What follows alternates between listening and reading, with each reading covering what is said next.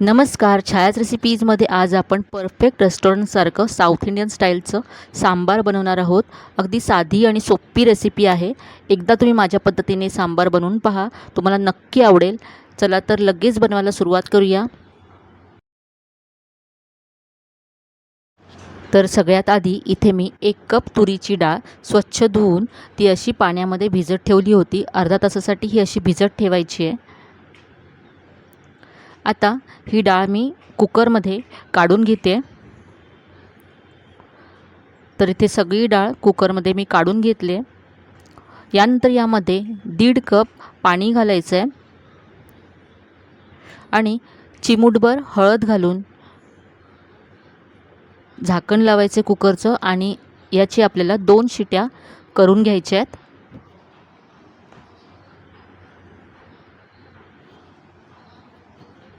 तर इथे मी 2 शिट्या करून घेतल्यात. कुकर थंड झाला आहे. तर आता उघडूया आपण.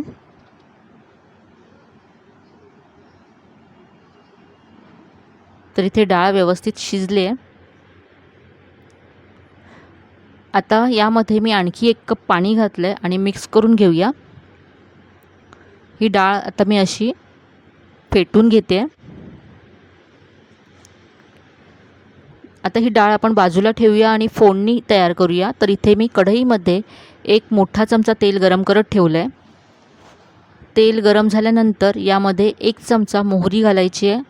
मोहरी मस्त तडतडली की यामध्ये कढीपत्त्याची पानं घालायची आहेत. तिथे भरपूर कढीपत्त्याची पानं घालायची आहेत. इथे मी 8 ते 10 कढीपत्त्याची पानं घेतली आहेत. यानंतर पाव चमचा मेथी घालायची आहेत यामध्ये. आता यामध्ये मी पाव चमचा हिंग घालते आहे. हिंगाचा स्वाद खूप मस्त येतो सांबारला. यानंतर इथे मी 3 लाल मिरच्या घातल्यात. आता यामध्ये कांदा घालायचा आहे. तर एक मध्यम आकाराचा कांदा मी असा उभा चिरून घेतला आहे. कांदा आपल्याला आता तेलावरती परतून घ्यायचा आहे. थोडासा कांदा सॉफ्ट होईपर्यंत परतायचा आहे. तर इथे 2 ते 3 मिनटामध्ये कांदा पहा छान सॉफ्ट झाला आहे. आता यामध्ये टोमॅटो घालायचा आहे. तर एक छोट्या आकाराचा टोमॅटो यामध्ये मी घातला आहे. आता टोमॅटो मी सॉफ्ट करून घेतला. यानंतर इथे भाज्या घालायच्या. तर इथे मी शेवग्याच्या शेंगा घेतल्यात, सोलून घेतल्यात. यानंतर दुधी मी सोलून असा चिरून घेतला आहे, तो घालायचा आहे. यानंतर इथे मी 1 वांगं चिरून असं त्याचा रंग बदलू नये म्हणून पाण्यामध्ये ठेवलं होतं, ते सुद्धा घालायचं आहे. यामध्ये तुम्ही भोपळासुद्धा घालू शकता. काही जण डाळ शिजवतानाच त्यामध्ये भाज्या घालतात, पण त्यामुळे भाज्या ओव्हरकुक होतात आणि चव सांबारची चांगली येत नाही. म्हणून अशा पद्धतीने तुम्ही एकदा भाज्या फोडणीमध्ये घालून पहा, त्यामुळे चव खूप छान येते. भाज्या अशा तेलावरती परतून घ्यायच्या 2 ते 3 मिनटं.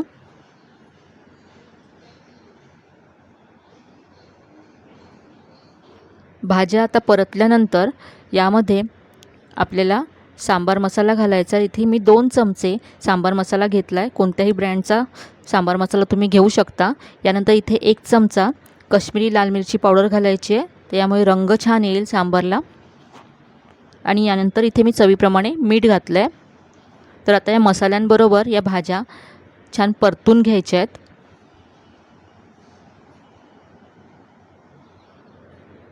तर 2 ते 3 मिनटं अशा भाज्या मस्त परतल्यात. मसाल्याने भाज्या छान एकजीव झाल्या आहे.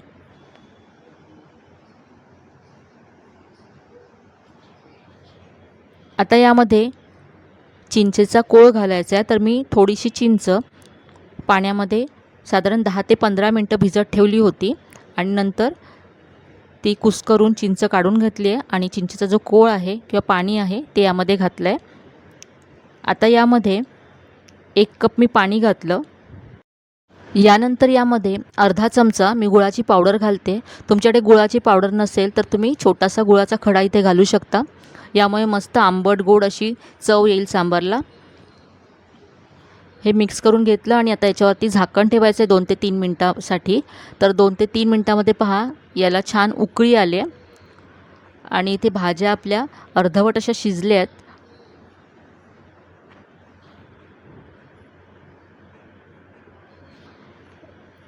आता यामध्ये आपण जी डाळ शिजवून ठेवली होती ती घालायची आहे. सगळं हे मिक्स करून घेऊया.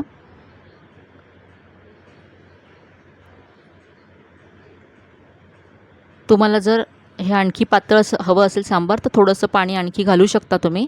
आता यावरती झाकण ठेवायचं आहे आणि उकळी काढून घ्यायची आहे. तर इथे पहा मस्त उकळी आले सांबारला. तर आपलं हे सांबार तयार आहे. इडलीबरोबर, वड्याबरोबर, डोस्याबरोबर तुम्ही सर्व करू शकता. अगदी मस्त रेस्टॉरंटसारखं सांबार तुम्ही घरच्या घरी या रेसिपीने बनवू शकता. वरती मी थोडीशी कोथिंबीर घातली.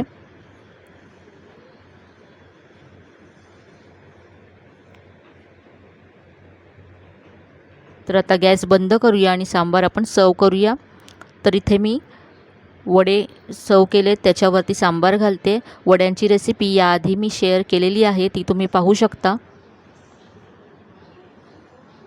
याआधी मी डाळीचे वडे, रव्याचे वडे, तांदळाच्या पिठापासूनचे वडे अशा वेगवेगळ्या प्रकारच्या वड्यांच्या रेसिपीज चॅनलवरती शेअर केलेल्या आहेत. त्यासुद्धा तुम्ही पाहू शकता आणि असे वडे बनवू शकता. तर आजची ही मस्त अशी झटपट होणारी साधी सोपी सांबारची रेसिपी तुम्हाला कशी वाटली कमेंटमध्ये नक्की कळवा. रेसिपी जर आवडली असेल तर व्हिडिओला जास्तीत जास्त लाईक करा, शेअर करा आणि चॅनलवर नवीन असाल तर चॅनलला सबस्क्राईब करायला विसरू नका. चला तर मग पुन्हा भेटूया अशा छान छान आणि नवीन नवीन रेसिपीजसह. तोपर्यंत धन्यवाद.